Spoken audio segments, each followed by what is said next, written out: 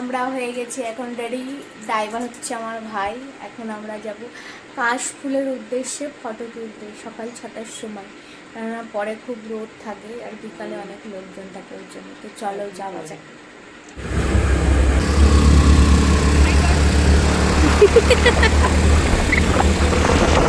আমরা চলে এসেছি, দুর্গা লজ্জা পাচ্ছে আমাদের, আমরা চলে এসেছি কাশবনিয়া। হ্যালো গাইস, সামনের দিকে মুখটা ঘোরা, পেছন দিক থেকে ঘুরবি তো, দেখ না কেমন আসে ওই সাইড দিয়ে। আমরা যাচ্ছি এখান থেকে আর এক জায়গায়।